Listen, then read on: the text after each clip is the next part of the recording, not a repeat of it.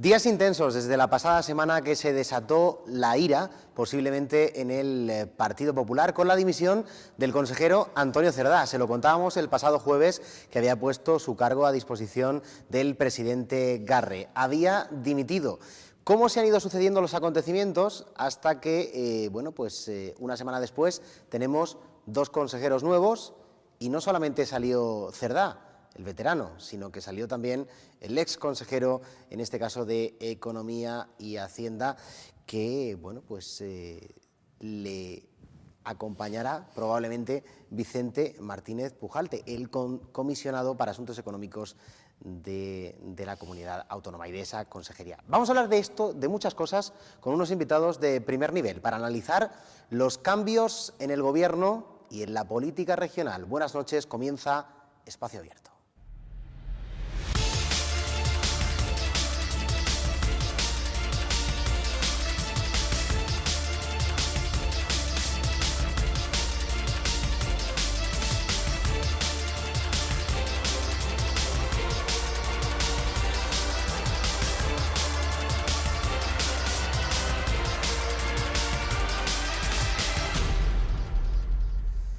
Bienvenidos una semana más al espacio de debate y actualidad de esta casa de Televisión Murciana, ya saben, con nuestro lema por bandera: pluralismo, sentido crítico y opiniones cualificadas. Y como los hechos son sagrados y las opiniones libres, les decimos, como siempre, con total honestidad, que este programa lo grabamos. Lo estamos grabando hoy miércoles por la noche, así que cuando ustedes lo vean jueves noche o en YouTube, la plataforma en la que colgamos el mismo jueves o viernes por la mañana el programa, probablemente los hechos que comentemos se habrán desarrollado, ¿no? Y se estarán ampliando. Seguramente se podrían matizar y decir aún más cosas de todo lo que vamos a contar aquí esta noche, que va a ser mucho. Pero ya digo, los hechos son sagrados y las opiniones libres, y de eso se va a hablar mucho esta noche. De hechos que han ocurrido durante los últimos días y que son importantísimos para el devenir de la política regional. Paso ya a presentarles a nuestros invitados en este programa que, como les decía al principio, hemos titulado Cambios en el Gobierno y en la política regional. Cambios de calado. Juan Ramón Calero, abogado del Estado, bienvenido, buenas noches. Buenas noches. Gracias por acompañarnos. Gracias a ustedes. Está con nosotros también, en este caso, Ángel Montiel, periodista, jefe de sección en el diario La Opinión. Ángel, buenas noches. Buenas noches. Gracias por estar con nosotros.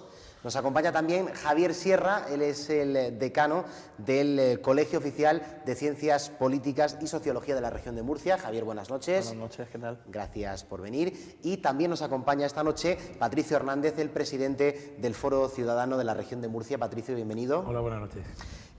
Para ir abriendo debate y rompiendo el hielo, ¿qué os parece todo lo que ha ocurrido en esta última semana? Bueno, menudo enunciado de la pregunta, ¿no? Porque ahí caben muchísimas cosas. La verdad es que todos los observadores y los ciudadanos que están muy interesados en la vida política pueden manifestar, desde luego, su perplejidad, porque las cosas que están sucediendo son insólitas en la historia política de la región. Hay un dicho en mi pueblo que dice, se está muriendo gente que no se había muerto antes. Bueno, pues aquí en la región, en la vida política, está ocurriendo lo mismo. Están ocurriendo cosas que no habían ocurrido antes, por lo menos en el Partido Popular, un partido unido, férreo, con una dirección bastante sólida, con una estructura no democrática, desde luego, pero a fin de cuentas una organización muy efectiva electoralmente. Y en estos momentos asistimos a la desmembración de todo eso. Por un lado está una parte de la organización del partido, liderada todavía por Ramón Luis Valcárcel, y por otra el gobierno, el presidente que él mismo designó a dedo para facilitarle su escapada al Parlamento Europeo, pues que está resistiendo en San Esteban de, digamos, los embates y manipulaciones alrededor del salvamento político y judicial de Valcárcel. Todo esto ha creado una tensión que veremos cómo concluye. Sí, bueno, yo creo que el caso más notorio, que es el de la llamada preimputación del expresidente Valcárcel, que es europarlamentario y vicepresidente del Parlamento Europeo, lo que le da una dimensión internacional, incluso a un fenómeno regional, es, digamos, el elemento que marcaría simbólicamente un proceso que ya viene produciéndose en muchos meses, que es un proceso de fuerte decadencia y de agotamiento de una etapa larga de gobierno en la región del Partido Popular, con mayorías absolutas y sin oposición, y estamos entrando en una etapa nueva. Y la etapa nueva yo creo que la marca muy bien esta situación procesal o ese auto contra el presidente Valcárcel, que ha sido el símbolo claramente de estas 2 décadas de gobierno en la región. No sé lo que va a pasar en las elecciones, las encuestas se están quedando todas antiguas y viejas, las últimas que hizo el CEMOP tenía datos de comienzos de febrero, ya son muy viejas, pero es evidente que cualquiera que sea el resultado de los procesos electorales de mayo, vamos a entrar en una fase nueva, incluso si el Partido Popular lograra mantenerse en el gobierno, por supuesto sin mayoría absoluta, buscándose algún aliado, ya no podría ser, no va a ser la etapa de la que venimos. Incluso, claro, obviamente podría producirse cambios mucho más profundos, pero yo creo que estamos ya cerrando una etapa de la historia regional y abriendo una nueva. Esa etapa, 2 rasgos, esa etapa, por volver a referirla a la figura de Valcárcel, ha cubierto 2 grandes periodos. El periodo del hiperdesarrollismo regional de la burbuja inmobiliaria y el periodo de la crisis. Estos son los 2 momentos en que ha vivido Valcárcel. Y se salda con una gravísima crisis política, económica, social y una gran devastación moral en la región de Murcia. Bueno, yo no discuto nada de lo que se ha dicho hasta ahora. En mi opinión, hay aspectos que son normales y otros aspectos que son anormales. Lo normal en este periodo preelectoral es que se realice un inventario de lo que ha ocurrido hasta ahora en la realidad social y política murciana. Y eso es lo que verdaderamente debe interesar a los ciudadanos. ¿Qué pasa con el trasvase Tajo Segura, que ahora mismo lo tenemos sin regulación legal? ¿Qué pasa con las infraestructuras? ¿Qué pasa con la desaladora de Escombreras? ¿Qué pasa con el aeropuerto que sigue sin funcionar? ¿Qué pasa con el nivel de paro, con nuestra economía sumergida? Eso es realmente los problemas que habrá que debatir en su momento, sobre todo cuando estén cerradas las listas. Hay un elemento diferente en este planteamiento normal, y es que como consecuencia del desgaste de los partidos clásicos, pues están surgiendo nuevas fuerzas políticas que aparecen en las encuestas y que parece que van a acabar con el bipartidismo y le van a dar una mayor pluralidad a las cámaras legislativas de toda España y por supuesto también en Murcia. Eso hace muy interesante el proceso preelectoral y electoral que estamos viviendo, muy interesante desde el punto de vista histórico. O sea, creo yo que lo que está ocurriendo ahora se puede comparar con lo que ocurrió en el 82, cuando ganó las elecciones el Partido Socialista después del intento de golpe de Estado del 81, e incluso con el 95, en donde se da un giro copernicano a la política y se profesionaliza la actividad política casi en su totalidad, lo cual ha originado cosas buenas y cosas menos buenas. Eso por un lado. Por otro lado, tenemos también como normal que en un periodo preelectoral todos los militantes de los partidos políticos andan nerviosos con respecto a la confección de las listas. Si ese nerviosismo se ha sido atemperado con un proceso de primarias, pues bueno, las cosas están más claras, pero si no hay primarias como ocurre en el Partido Popular, pues los conflictos son importantes. Sobre todo cuando los puestos claves de la región de Murcia son decididos por Madrid, más aún cuando son decididos por Mariano Rajoy, porque aunque hay un comité electoral en Madrid, todo el mundo sabe que este partido es presidencialista.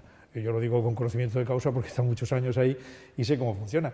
Y Mariano Rajoy es una persona de decisiones lentas y de decisiones muy conservadoras. Eso hasta ahora es lo normal. Lo anormal es que un expresidente que coloca a un presidente de la comunidad autónoma le apuñale. Eso no es normal. Es decir, que si tú has colocado a tu sucesor, no le ha dado tiempo a tu sucesor ni siquiera de traicionarte. ¿Por qué le apuñalas? ¿Por qué le descalificas públicamente? ¿Por qué lo ninguneas? Eso no es normal. Y tampoco es normal que hayan coincidido, y esto es un eclipse, que hayan coincidido los tiempos políticos y los tiempos judiciales. Eso tampoco es normal, porque normalmente los tiempos judiciales van a su ritmo y los tiempos políticos en suyo, pero en este caso han coincidido y nos hemos encontrado con un auto de 119 páginas del magistrado instructor del TSJ de Murcia, de la Sala del Civil y de lo Penal, y en esa está la parte de imputados, una serie de personas, pues el expresidente de la comunidad autónoma, en su condición de europarlamentario, no puede ser imputado por el TSJ, tiene que ser imputado por el Tribunal Supremo, pero aplicando el artículo 118 bis de la Ley de Enjuiciamiento Criminal, que ha sido el Tribunal Supremo ha dicho, a estas personas, cuando se han acreditado la realidad de unos hechos que pueden ser constitutivos de delito y se ha acreditada su imputabilidad, hay que darle la posibilidad de que se defiendan ante el juez instructor y que se defienda como imputado, yendo con abogado y con procurador. Y eso es lo que ahora mismo nos tiene perplejos, sorprendidos a todos de que en esta tormenta perfecta hayan coincidido tantos factores normales y esperados en un proceso electoral y anormales. La aparición de nuevos partidos, la aparición de cuestiones judiciales que enturbian mucho el desarrollo normal de la vida política y todo eso. Por lo tanto, sí es un periodo muy interesante. Pero los chinos dicen que Dios te conceda vivir un tiempo interesante. La gente lo que quiere vivir es la paz augusta, es la paz tranquila, ¿no? Vivir un tiempo interesante suele ser una maldición.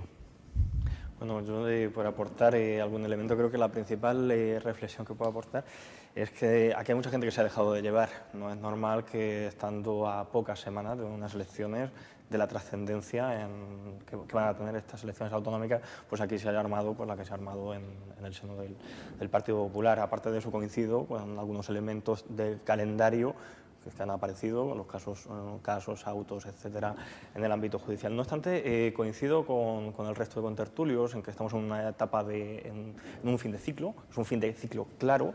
Esto no quiere decir que vaya a haber un cambio de gobierno, pero sí que esa situación de predominio absoluto del Partido Popular, en torno a un 60% de votos en las últimas elecciones y siempre por encima del 50% de los votos desde que ganó las elecciones a mediados de los 90, eso parece ser que se ha acabado, ¿vale? Entonces, primera situación que nos encontramos, cae ese predominio, entra parece que vamos a un sistema multipartidista donde hay muchas expectativas de que entren nuevos partidos. Está Podemos, está Ciudadanos, luego veremos a ver, porque esto hay que materializarlo en personas que por lo menos muchos de nosotros todavía no las visualizamos esa marca, pero luego habrá que votar y la gente, el ciudadano, tiene que pensar a quién vota. Cuando vaya a votar a su pueblo, tendrá un alcalde del PP o del PSOE y una alternativa de los nuevos partidos de Podemos o Ciudadanos. ¿Se aprovechará eso? ¿No se aprovechará eso? Son muchas incógnitas. Y la segunda parte de este fin de ciclo, creo que es evidente que la figura de Ramón Luis Valcárcel pues ya forma parte estamos en el cenit de su etapa. Quizá los acontecimientos que han sucedido en estos últimos días pues va a acelerar eso, independientemente de que haya visos de realidad o no en todo ese proceso judicial que se ha destapado, ¿no? Y lo que sí que tengo claro es que muy posiblemente se acelere el liderazgo y quizá el relevo dentro del Partido Popular por Pedro Antonio Sánchez. Es claro que ahora mismo internamente en el seno del Partido Popular Pedro Antonio Sánchez sigue teniendo un arropo importante por parte de la gente, de los alcaldes y de mucha gente internamente dentro del Partido Popular, y creo que se puede dar la situación de ese adelanto del cambio de presidente o un congreso, etcétera. Eso lo dejo como cosa al debate, ¿no? Y luego, por otro lado, lo que hay que dilucidar, que lo mismo a estas alturas, si este programa que se emite mañana, lo mismo ya ha sucedido, pues que por obra y gracia de... No creo que sean tan rápidos los tiempos, pero... Todo puede pasar. Nos han dado el almuerzo estos días, sí, ¿no? Sí, Con lo cual puede pasar cualquier cosa. No sabemos si va a haber candidato o no y quién va a ser ese candidato. Yo, a fecha de hoy, todavía no tengo bastantes dudas, pues un poco por lo que comentaba Calero, pues al final pues lo mismo es Mariano Rajoy, que en una sentada o en un café dice vamos a solucionar lo que pasa en Murcia, porque sí es cierto que se ha generado materia suficiente como para que Madrid intervenga, y además intervenga directamente aquí en la región. A Mariano Rajoy le preocupa fundamentalmente Madrid y Valencia, porque Murcia es el 3%, no nos llamemos engaño, es el 3% del censo electoral, el 3% del PIB, y le preocupa el 3% a Mariano Rajoy, pero el 97% restante está dedicado a otras cosas. Pero sí, efectivamente tienes toda la razón, están ocurriendo cosas lo suficientemente graves como para que el presidente nacional del partido ejerza su poder moderador y ponga orden aquí, cuanto antes. Fíjate la paradoja o la circunstancia tan rara, que si se cumple un poco esto que anticipo, que posiblemente Pedro Antonio pudiera coger la agenda del partido y terminase siendo el candidato Garre, ¿qué pasaría? ¿No? Bueno, eso es absolutamente imposible. Vamos, yo creo que uno de los problemas que se plantearían en esta región después de las elecciones del 26 de mayo, el 26 de mayo creo que son. No, el 24. 24 de mayo, uno de los problemas que se producirían es que no se podría soportar la bicefalia. Es decir, si ganara el Partido Popular las elecciones y gobernara de nuevo el Partido Popular, porque los resultados electorales se lo permitieran, con pactos o sin pactos, pero se lo permitieran, no es creíble que el partido pueda sobrevivir con un presidente de comunidad autónoma por un lado y con un presidente del partido por otro. Esa bicefalia haría ingobernable el partido. Yo creo que ese escenario no se plantea, o al menos es lo que se entrevé de las palabras que dijo Ángel en el diario La Opinión el pasado martes en un chat muy interesante, el presidente Garre, Alberto Garre, que dio muchas claves, incluso en muchas respuestas repitió que él no opta a presidir el Partido Popular de la región de Murcia. Por ahora. Sí, no opta porque yo creo que él es consciente de que no tiene esa capacidad de liderazgo orgánico que sí le permite, por otras cosas, ser presidente de la comunidad autónoma. En la fórmula democrática interna del Partido Popular es imposible, efectivamente, la bicefalia, y a las pruebas nos podemos remitir estos días en que cada uno va por su lado hasta el punto de prácticamente estar en una actividad de destrozo del partido, de guerra fratricida, a pocas horas de que se convoquen las elecciones. Pero, en fin, no sé exactamente si lo que decías de que estamos viviendo una etapa interesante. Bueno, primero, la cuestión de la bicefalia, estamos planteando un problema que a lo mejor no se tiene que plantear el Partido Popular, porque puede perder las elecciones. Y esto es algo que no ha entrado todavía en la mentalidad de algunos de los dirigentes populares. Hace poco me decía uno, dice, estamos trabajando, estamos actuando como si todavía tuviéramos 33 diputados, que es lo que efectivamente consiguieron en las últimas autonómicas. Dice, evidentemente esos 33 diputados ya no están. Es verdad que también nos están entreteniendo a los medios de comunicación y a los ciudadanos. Tantos años de hegemonía del Partido Popular pues se han convertido en el partido estrella y hay que estar pendiente, gobierna evidentemente y hay que estar pendiente de lo que ocurre en él, pero detrás del Partido Popular hay otras cosas interesantes en la vida política a las que no estamos atendiendo. Una de las cosas que yo observo con especial preocupación es que el Partido Socialista no interviene en la crisis del Partido Popular, no está actuando más que con declaraciones completamente convencionales y no está aprovechando para pues plantear su alternativa o para denunciar con argumentos políticos sólidos más allá de lo ritual lo que está ocurriendo. Por otro lado, están en estos partidos, digamos, emergentes, que pues están ocurriendo cosas, hay elecciones primarias, están apareciendo algunos rostros, hay crisis también en la formación de estos grupos, hay algunos otros como Ciudadanos que ni siquiera han dado la cara, esto que decías tú, de que bueno, hay que saber también a quién se vota, con independencia de que la marca sea más o menos atractiva o que el líder nacional pues tenga mucha labia y hable muy bien y sea muy expresivo. En fin, hay una serie de cosas que son muy preocupantes, pero toda la cuestión del Partido Popular pues está sirviendo de cortina para analizar la cuestión en toda su complejidad. Yo entiendo que efectivamente lo que tú decías del cambio de época no podemos... siempre hay una especie de, pues, no sé, de continuidad o de...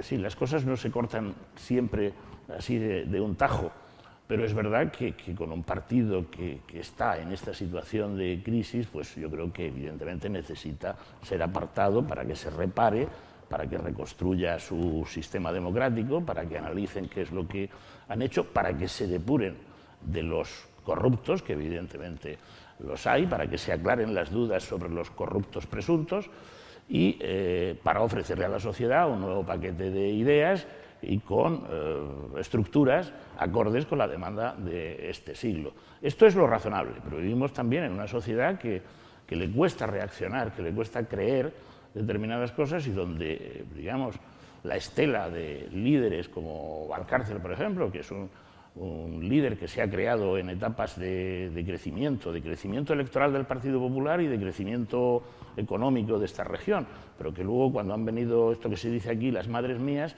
pues no ha sabido manejarse y se ha descubierto también, y se ha quedado y está quedando a los ojos de todos, que esa especie de rigor de líder pues ha devenido en una especie de vaciedad, incluso a la hora de responder a cuestiones complejas, y que un líder que permite que en su partido él se convierta en protagonista de una parte no es del todo líder. La inteligencia política de un líder importante en unas circunstancias como estas le invitaría a, haciendo de tripas corazón, pues tratar de arreglar esta cuestión simplemente por eficacia electoral, teniendo en cuenta que las urnas están ya preparadas.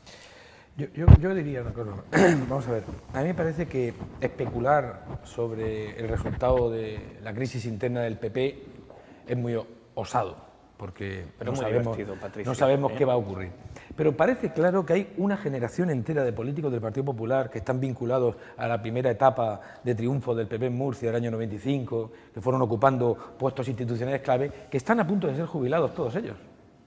Es decir, el caso de Cámara en Murcia, Barreiro en Cartagena, el delegado del Gobierno, el propio Valcárcel, Cerdá, otros, en fin, otros que están todavía han estado hasta ahora, están en la vida pública. Yo creo que esas personas definitivamente pertenecen a un momento que ya es más del pasado que del presente y desde luego con muy poco futuro. Creo que todos ellos van a salir de la vida pública y el PP, si quiere sobrevivir políticamente, va a tener que presentar unas nuevas caras y una nueva generación, incluso si Garre lograra ser nominado candidato. En el PP no pueden ser las cosas como han sido hasta ahora.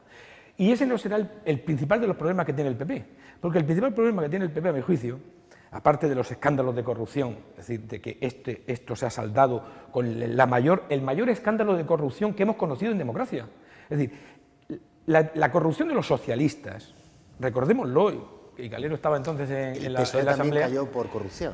La corrupción de los socialistas, que le costó la mayoría absoluta y le costó la presidencia regional, etc., era mínima, irrelevante, nimia, al lado de los casos que estamos conociendo por todo el territorio regional.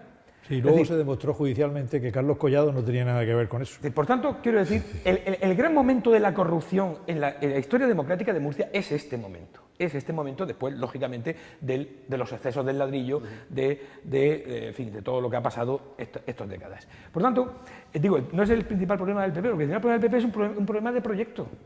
¿Qué tiene que ofrecer el PP a los murcianos en este momento? ¿Cuáles han sido las grandes reivindicaciones y los grandes argumentos del Partido Popular? Es decir, vamos a verlo. Juan Ramón al principio, ¿Sí? trasvase del Ebro. Vamos a ver, los grandes argumentos de las últimas elecciones fueron el agua y fueron la financiación. En ninguno de estos dos supuestos el Partido Popular ha ofrecido nada a la sociedad. Antes tenía la coartada de que era el gobierno de Zapatero malévolo que tenía a los murcianos castigados. Pero es que llevamos 4 años de gobierno por mayoría absoluta del Partido Popular, que es lo máximo que pueden conseguir. Es que no pueden conseguir más. Es que tienen más gobierno que han tenido ningún otro partido en democracia en España. Es decir, ¿cómo pueden explicar ahora que no han conseguido ninguna de sus grandes promesas? Es decir, no se ha revisado la financiación autonómica, el trasvase del euro ni el plan hidrológico van adelante, e incluso han reducido las dotaciones del trasvase del Tajo. Es decir, ¿qué pueden ofrecer, además de la profunda crisis social, del paro disparado que tenemos? ¿Por dónde va a ofrecer una alternativa al Partido Popular si esa alternativa está agotada? Ese problema está en la propia estructura que decíamos del Partido Popular. Yo lo escribí hace poco, entiendo que uno de los problemas que tiene el Partido Popular de la región para ofrecer resultados de su gestión tiene que ver, aunque no lo parezca, con la estructura interna del partido. Es decir, el hecho de ser un partido piramidal que, necesariamente el presidente del Partido Popular en Murcia y presidente de la comunidad sea nombrado por el presidente del Partido Popular Nacional, y en este caso coincidente con el presidente del Gobierno, pues genera una dependencia absoluta. Por lo tanto, es imposible reivindicar, es imposible protestar, es imposible hacer nada que pueda molestar a la estructura nacional. Solo se avanzan reivindicaciones o planteamientos de reivindicación cuando gobierna el partido contrario, como ocurrió durante la etapa de Zapatero. Todo eso genera una serie de contradicciones, hace que el discurso pierda credibilidad y, desde luego, no trae eficacia. En este momento vemos la última etapa de Valcárcel pendiente de que Rajoy lo acogiera en las listas del Parlamento Europeo para jubilarse políticamente, pues evidentemente impide que haya un enfrentamiento mínimo, no digo que tengan que enfrentarse, pero sí que haya una actitud de posición fuerte y decidida del gobierno regional. En este momento tampoco parece interesante para agarre plantear reivindicaciones importantes ante el gobierno que preside Rajoy, porque Rajoy es el que tiene que tomar la decisión de nominarlo a él o a otro. Por lo tanto, la falta de democracia interna en el Partido Popular es la que condiciona que los murcianos pues no tengamos en fin, una política importante para nosotros, por lo menos en fin, decidida de lo que las aspiraciones que tenemos. Quedamos siempre para el último, para sí, esa era para la crítica que siempre se ha hecho de que esto es una pedanía de Madrid, Murcia es una pedanía de Madrid. De todas formas, en este mes de marzo, día 5 de marzo de 2015, yo como viejo militante que fui del Partido Popular y fundador del mismo y presidente, me gustaría decir que casi nunca he estado de acuerdo con José María Aznar. Tuve grandes enfrentamientos con él, pero sin embargo últimamente la convención del Partido Popular ha dicho algo que yo creo que los militantes del Partido Popular de la región de Murcia tienen que recordar, es que el partido tiene que tener voluntad de ganar. Y en este momento lo que tienen que exigirle a sus dirigentes es que manifiesten la voluntad de ganar, porque ahora mismo la única voluntad que están manifestando es la de sobrevivir ellos. Y entonces los dirigentes de base, los de Mula, los de Caravaca, los de Yecla, los de Mazarrón, lo que tienen que pedirle a sus dirigentes es: queremos ganar las municipales y las autonómicas. Y como queremos ganarlas necesitamos hacer dos cosas. En primer lugar, que nuestro mensaje sea creíble, a pesar de todo lo que no hemos hecho, y que expliquemos por qué no hemos hecho lo que tendríamos que haber hecho. ¿Por qué no hemos conseguido el trasvase del Ebro? ¿Por qué no hemos conseguido que se establece...? Eso no lo pueden explicar, como tú bien sabes, porque siempre sería decir que los socialistas, Zapatero, etcétera, eso no lo pueden explicar. Pero tiene que haber gente con suficiente cabeza como para poder explicarlo. El que no hayan hecho estas cosas tiene que ver con que el partido, la etapa de Valcárcel, entregó a una política de grandes infraestructuras, toda dependiente de Europa y del gobierno central. Esa fue la política, no había otra cosa. Y entonces, en vez de concentrarse en una especie de, en fin, de algo más practicable, que sería el tejido propiamente regional, con las reivindicaciones correspondientes que hubiera para infraestructuras y este tipo de cosas. Pero al encargar toda su política, el aeropuerto, el AVE, el agua, el no sé qué, todo dependiente de fuera, pues lógicamente ha fracasado en esos envites. Eso es verdad, y eso en unas elecciones regionales se va a notar, pero los municipios van a luchar por las alcaldías. Y entonces los militantes del partido de los municipios tienen que pedir que esa voluntad de ganar, de la que hablaba Aznar, que yo no estoy de acuerdo con casi nada de él, pero con esto sí, esa voluntad de ganar, además de plantearse con objetivos concretos en Molina de Segura, en Cieza y tal, objetivos muy concretos, además requiere, y en eso lo has apuntado tú perfectamente, requiere una renovación de cuadros. Los cuadros del Partido Popular se han profesionalizado excesivamente y es necesario que se abran las puertas del partido a la sociedad y que se empiece a meter gente de la sociedad, que ni siquiera sean militantes del partido, pero los buenos agricultores, los buenos empresarios, los buenos obreros fresadores, los buenos abogados, los buenos médicos, que se metan en las listas del partido, como ha hecho el Partido Socialista en Madrid, por cierto, que me parece muy cierto. Es que nadie se quiere ir porque, como no hay estructura democrática, nadie los puede echar. Y entonces el que está... Eso es verdad, nadie los puede echar. Entonces, por eso quieren todos repetir. Es decir, hay aquí gente que lleva tantos años como una generación de jóvenes que no ha conocido otros dirigentes y son los mismos que en el 95. Y además no se quieren ir. Hay esta Cámara que, bueno, se va a ir, pero no se quiere ir. Pero es que además no se quieren ir por otra razón. ¿Estás seguro que se va a ir? Yo creo que él no se va a ir. Bueno, él no se quiere ir. O eso dice. ¿Y quién va a venir? Pero es que no se quieren ir por otra cosa. Y es que si se van y dejan el sillón, temen que el que se siente ahí, sea de su partido, de la oposición, levante las alfombras. Porque debajo de las alfombras, tantos años, y en una determinada época, han dejado tantos secretos, entre comillas, que se sienten vulnerables. Y por lo tanto, pues prolongan como pueden su permanencia en los cargos. Ahí se ha visto con Valcárcel. Eso es un círculo de acero, no es forma de salir de él. Sí, pero una vez que te has metido, pues a ver cuánto aguantas. No, yo iba a decir que los dos grandes partidos del régimen tienen muchos problemas ahora mismo, muchos problemas. Los principales tienen que ver con su propio carácter de estructuras antidemocráticas.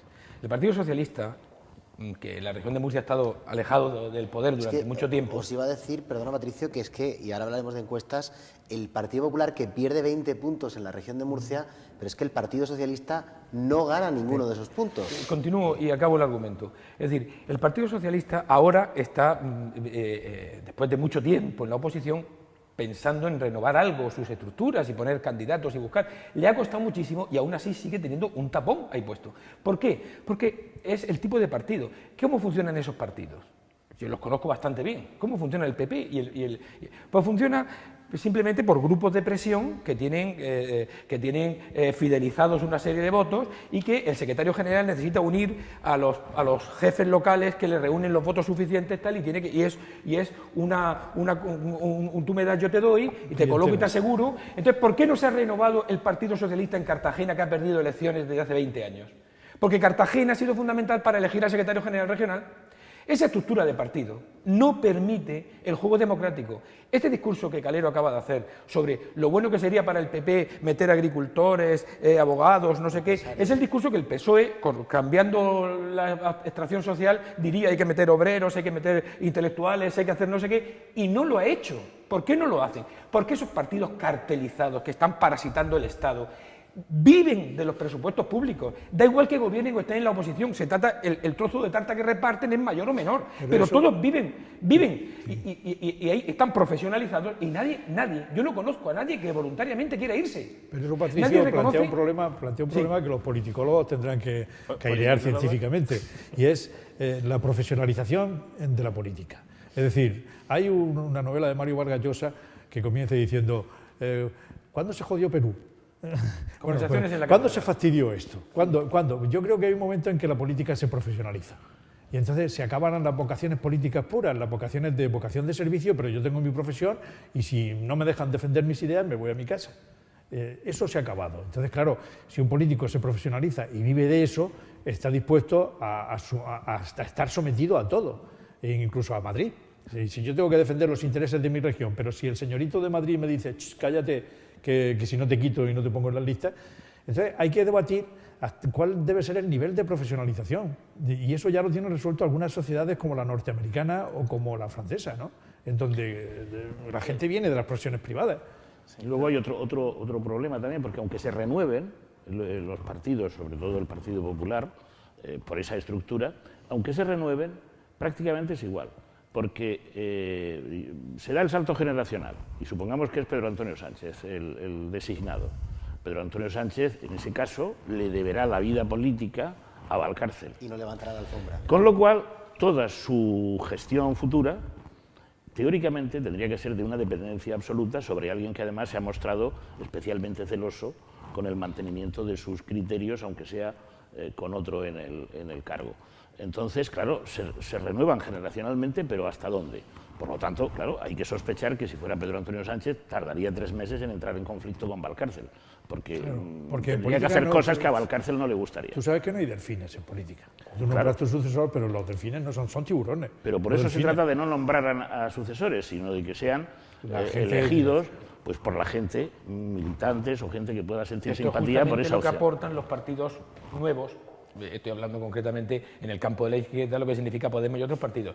La posibilidad de que no profesionales de la política, ciudadanos normales, entren al juego político. Y eso es lo que le está dando esa vitalidad que tienen esos espacios políticos ahora mismo. Ciudadanos está pegando muy fuerte. Contrasta tan fuertemente, pero Ciudadanos es una expectativa más que una organización. Contrata tan fuertemente. Pero ahí están los puntos. Es una expectativa de voto porque la gente de derechas y de centro derecha no se siente atraída por Podemos. No, aunque claro. Podemos intente ser transversal, se sienten atraídos por formaciones que más o menos tengan sus ideas. Hay mucha gente que decía que iba a votar a Podemos, pero que no estaba de acuerdo con las ideas de Podemos, porque querían votarlo como dinamita para reventar el sistema. Pero cuando Ciudadanos le ofrece una alternativa ideológica, aunque no tenga organización suficiente, yo creo que en unas generales puede tener resultados y en unas autonómicas también. Las municipales es más complicado. Me voy a colar un poco porque no me vais a dejar hablar. Ciudadanos, hago un apunte para hacerlo como apunte seguido de esto. Ciudadanos, yo creo que con toda claridad, si su crecimiento se mantiene, va a sustituir al PP y va a convertir al PP en la extrema derecha. Hasta ahora pensábamos... O sea, lo que es Vox ahora mismo. Bueno, Vox es una especie de intento minúsculo, pero yo creo que esto no... Vox es la derecha, es un derecha. Pero, no centro derecha, derecha. Sin complejo. El Partido Popular tenía la bondad de ser, y su fortaleza era que era, ese sí, transversal dentro del campo de la derecha y del centro derecha. Es decir, ahí estaba su virtud, porque electoralmente era importante, porque recogía un espectro muy amplio, pero también estaban sus problemas porque tenía que, junto con políticas más o menos liberales o avanzadas, tenía que acoger también pues otras más bien, en fin, un poco reaccionarias, que se llama, por sintetizarlo, ¿no? Un poco ser, en fin, dictadas por la Iglesia y este tipo de cosas que generan un cierto conflicto en el mismo espectro de la derecha, como se ha comprobado con algunas leyes en este caso. Entonces, la aparición de una especie de corriente más o menos fresca, como Ciudadanos, abierta, de criterio, etcétera, pues yo creo que el riesgo para el Partido Popular es que lo arrumbe hacia la derecha, no extrema derecha como entendemos históricamente, pero sí hacia una derecha más rancia, mientras que Ciudadanos ocupe ese espacio con mucha más... Yo creo que ahora al PP no le preocupa mucho el problema ideológico, lo que le preocupa es el conservar el poder. Claro. Y efectivamente Ciudadanos le puede quitar el poder. Javier, nuestro politólogo, que analice. Opinar. A ver, yo os digo de verdad, con datos, ¿no? El tema de Ciudadanos, generalmente el bloque de centro-derecha es mucho más compacto, mucho más fiel. Esas aventuras de nuevos partidos les cuesta más cogerlas, por eso no se ha comprado del todo ese ticket de Vox. Y además en ciencia política hay unas teorías que se llaman la identificación partidista, en las cuales se analiza cuáles son las causas y por qué hay una ligazón con los partidos políticos, y se ve que por lo menos en la derecha son mucho más fuertes, ¿no?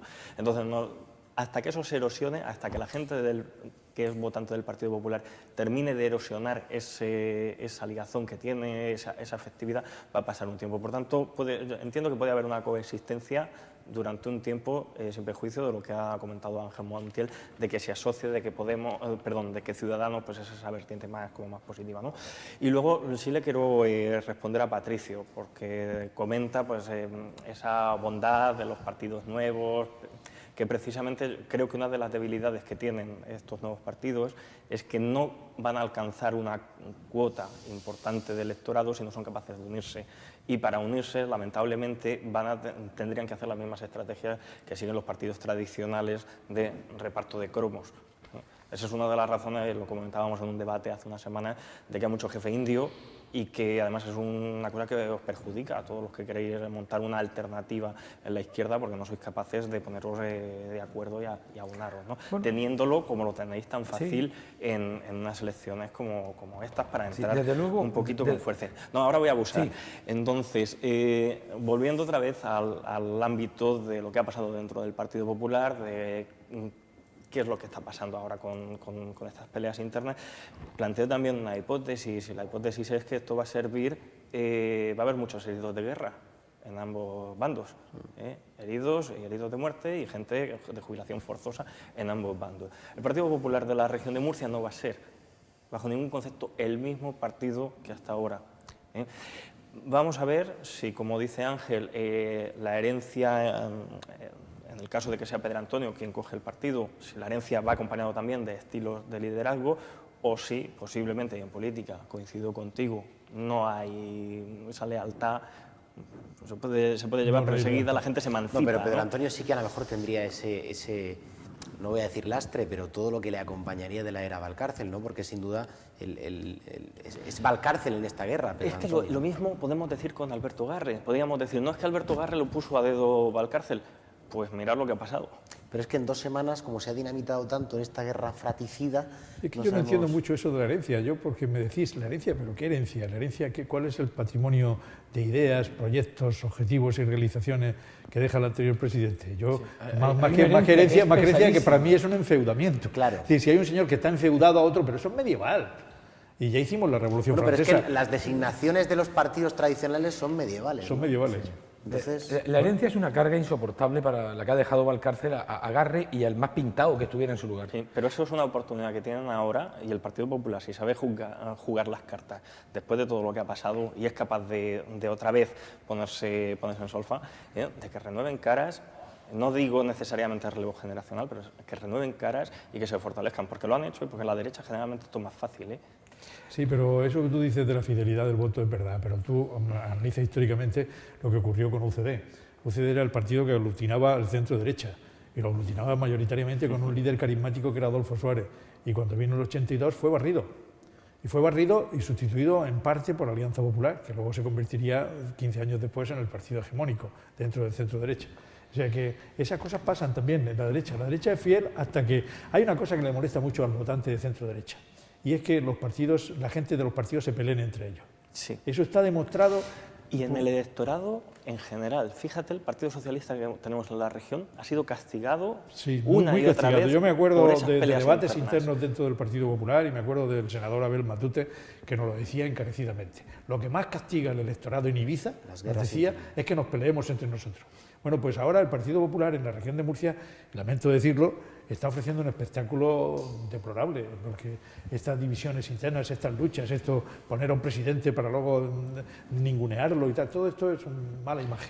Sí, pero no debemos olvidarnos a lo que obedece, porque vemos efectivamente los fenómenos, vemos lo que está ocurriendo. Decimos, bien, pues esto no es presentable, pero es que hay cosas que son imposibles de soportar. Es decir, bueno, ahí va al cárcel de una manera improvisada, precisamente también por un caso de presunta corrupción que afectaba en ese momento a Pedro Antonio Sánchez, tuvo que recurrir pues al primero que pasaba por allí o a alguien que no había previsto, pero que era una persona de confianza a lo largo de su trayectoria política, que era Alberto Garre. Y, bueno, pues le deja la presidencia y este hombre, en vez de convertirse en una especie de, bueno, de pasmarote, dice, hombre, pues yo voy a intentar gobernar, con independencia de que además también le deja al cárcel hecho el gobierno y todos los trastos y marrones que se dice con los que heredaba. El primero de ellos el aeropuerto, en fin, unos desastres descomunales, ¿no? Bien, pues ahí está Garre, y Garre pues intenta manejarse con esto, pero prácticamente en cosas, digamos, casi anecdóticas, pues empieza a crear conflicto.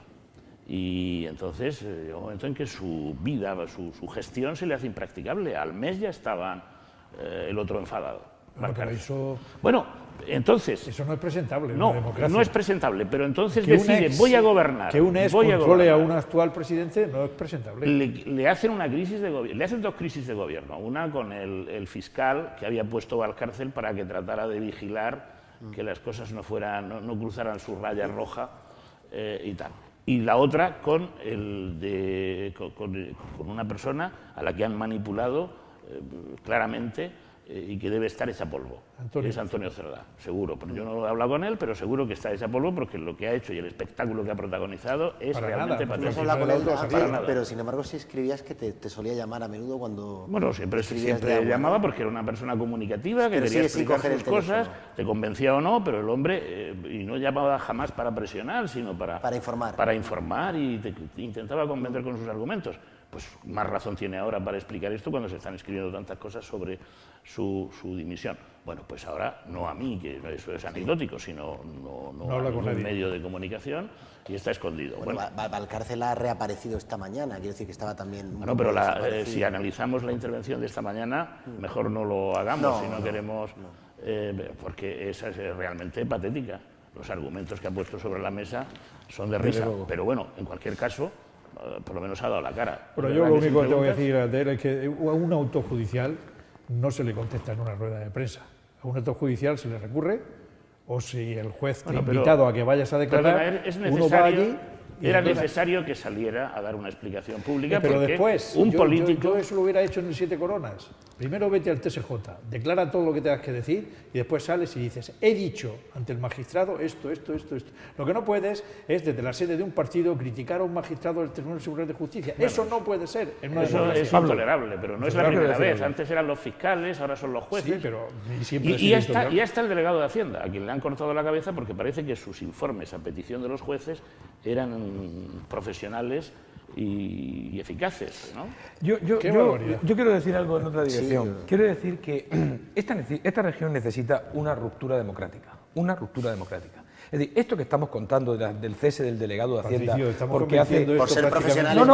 No, vamos a ver, quiero decir, no hago eslóganes, ni hago eslóganes. Una ruptura democrática, quiero decir, no podemos... Es verdad que tenemos una democracia de baja calidad. aceptémoslo, tenemos una democracia de baja calidad, no tenemos una población que sea muy exigente con su clase política o con su casta política, no es una población muy exigente, pero la voluntad y las opiniones de la población van cambiando. Es decir, la encuesta de CEMOP, por ejemplo, el barómetro de otoño decía que el 68,5% de los murcianos decían que deberían dimitir de manera inmediata los cargos públicos imputados. Pero ¿a quién le puede parecer normal esto que Ángel ha contado del delegado de Hacienda, pero que el delegado del gobierno esté imputado por un grave caso de corrupción meses y meses y meses, y este señor esté como que no ocurre nada? Que los alcaldes de las principales ciudades de la región, de las dos grandes capitales, estén imputados como si no ocurriera nada. Que hayan habido consejeros en el gobierno regional como si no hubiera ocurrido nada. Digamos, a ver, aquí está ocurriendo cosas muy graves. No hace falta mirar... Y a Cristóbal Osete, que no estaba imputado nada, el delegado de Hacienda, viene y lo cesa. Por ser profesional. Pero es que ¿quién lo cesa? Teóricamente el ministro. Bueno, sí, pero su jefe político en la región es el que delegado del cosa, gobierno. aquí es que parece... atiende este paréntesis. Es decir, que el delegado del gobierno es el encargado, o sea, digamos, es el coordinador de las delegaciones temáticas del gobierno en la región, entre ellas Hacienda, la agencia tributaria. Sí. Bueno, pues quien coordina todo esto es el delegado del gobierno, del que depende la policía, Hacienda, etcétera. Sí, el pero señor que hace del informes gobierno... que pueden afectar a el caso por el que está imputado el delegado del gobierno ha sido destituido. Pero Esta es una interpretación... Yo conozco la administración por dentro bastante bien. Un delegado del gobierno no se atreve a cesar a un delegado de la agencia tributaria si no es porque lo dice el ministro de Hacienda. De Economía. Claro, evidentemente. Segundo, informa al ministro de Hacienda para que lo haga. Enfadarse porque los inspectores de Hacienda hagan un informe bueno y no lo hagan a favor de uno de los políticos es un verdadero disparate y es desconocer la realidad del cuerpo de inspectores de Hacienda, que son los grandes profesionales. Juan Ramón, la portada de La Razón de hoy lo explica todo. Lleva, lamento no tenerla aquí, pero si la podéis insertar, lleva dos espacios. En el primero pone, Hacienda investiga la financiación venezolana de Podemos. Sí. Un gran titular a 5 columnas. Y abajo pone, Hacienda le para los pies al juez Ruz en su demanda de documentación al Partido Socialista. Esto de la neutralidad Esto es lo del que está Estado, pasando con esto de Hacienda, que es de tremendo. la neutralidad del Estado, no nos engañemos, yo estoy apelando a la baja calidad democrática, de calidad de nuestra democracia, y es así. Es decir, estamos viendo constantemente cómo se utilizan el aparato del Estado para perseguir a quien es disidente y para impedir que actúen los poderes ejerciendo su función jurisdiccional y constitucional. Lo estamos viendo constantemente. Es decir, que Montoro esté filtrando a la prensa lo que le conviene de monedero, del otro, de tal, pero bueno, Sí, pero vamos a ver. Montoro no aquí es... hay que investigar una financiación, pero no en la venezolana de Podemos, que es el caso que nos van a montar en la prensa en los próximos días, porque ya lo he visto en El Mundo, en El País. Es decir, van a montarnos el problema de la financiación de Podemos, que es un partido que apenas tiene recorrido, no ha presentado ninguna elecciones. Pero si aquí la financiación del PP es el verdadero problema, es un partido que está financiado ilegalmente prácticamente desde su fundación. Pues yo ¿Cómo quiero saberlo todo, quiero saberlo lo del PP, quiero saberlo de Podemos, quiero saberlo absolutamente todo. Y el tema de Podemos a mí no me parece una cosa pequeña, teniendo en cuenta que si el dinero viene de donde viene, eso sí que es un problema de baja calidad democrática. Pero Javier, que eso es un bluff. No estoy de acuerdo que estamos con el hablando discurso. de 400.000 euros y en el Partido Popular estamos hablando de 30 años con... Están hablando de 4 millones de euros. No, bueno, esto es un invento de un partido venezolano contrario tal que ha filtrado y aquí la prensa rápidamente ha cogido. Estamos inflando un globo con lo de Podemos. Al margen Cuando tenemos delante una cosa bien sólida, que es un partido que los tribunales están diciendo que tiene caja B, que se ha financiado legalmente, y nadie responde por esa realidad. Es decir, es que no hay que especular si el Partido Popular tiene financiación ilegal. Es que está demostrado ya. Perdona que intente acotar un poco el asunto. Estamos en la región de Murcia. El juez Abadía le pide a la agencia tributaria que informe sobre si existen prácticas de blanqueo de capitales en ciertas donaciones que se hacen a miembros de la familia del señor Valcárcel. Y la agencia tributaria, Cristóbal Osete, el delegado, encarga eso a inspectores de Hacienda. Claro, y los inspectores de Hacienda actúan con profesionalidad y con objetividad, porque nadie los puede cesar, porque son funcionarios, y son funcionarios que caracterizados por su objetividad. Y dicen, pues mire usted, si hay aquí unos ingresos en los que no figura el nombre del donante o no figura el documento nacional de identidad del donante, esto es una práctica todo lo que evita el diciendo y eso es lo que ha hecho el juez. Todo lo que estás diciendo, igual podríamos decir de la policía y de la Guardia Civil, que hacen servicios extraordinarios, claro que sí. Y los jueces, etcétera, etcétera. Pero en los últimos tiempos, la política del señor Montoro hace sospechar y hay casos infinitos. Primero porque él mismo los programa, incluso desde la tribuna Cuando habla contra los artistas, del Congreso, cuando poco menos amenaza a la prensa con si yo inspeccionara a ciertos periódicos, a los actores, a los no sé qué, se ha convertido en una especie de inquisidor que da miedo en referirse a él, no vaya a ser que te haga cualquier barbaridad. Pero es que además... Es que da más miedo un inspector de Hacienda que un fiscal. Bueno, pero hay una intención de controlar a los inspectores de Hacienda, de disuadirlos. Pero los inspectores se resisten, ¿eh? Se están resistiendo. Se resisten. Hay que reconocer eso también. Se resisten, pero en casos como este, ejemplarizantes, o la policía, que además no lo han disimulado, podrían haber esperado 3 meses para destituir al delegado de Hacienda, y sin embargo pues lo han hecho el mismo día de la comparecencia de Valcárcel. Sí, el mismo día, sí. Permitirme hacer un mínimo alto en el camino, que está esto que arde, está muy interesante. Aquí queremos saber todo, la financiación ilegal del PP, la de Podemos, la de todos, porque los hechos son sagrados, pero las opiniones libres. Seguimos en nuestra región, que es lo que nos importa. Enseguida entramos en las encuestas. Lo que dijo el CEMOP el pasado fin de semana, que como apuntaba también Patricio, pues puede estar ya incluso caducado, porque es que el ritmo de los hechos nos está llevando en una ruleta rusa que esperemos que vaya, por lo menos, ralentizando un poco lo que es el ritmo que está teniendo la actualidad estos días. Una pausa y seguimos hasta ahora.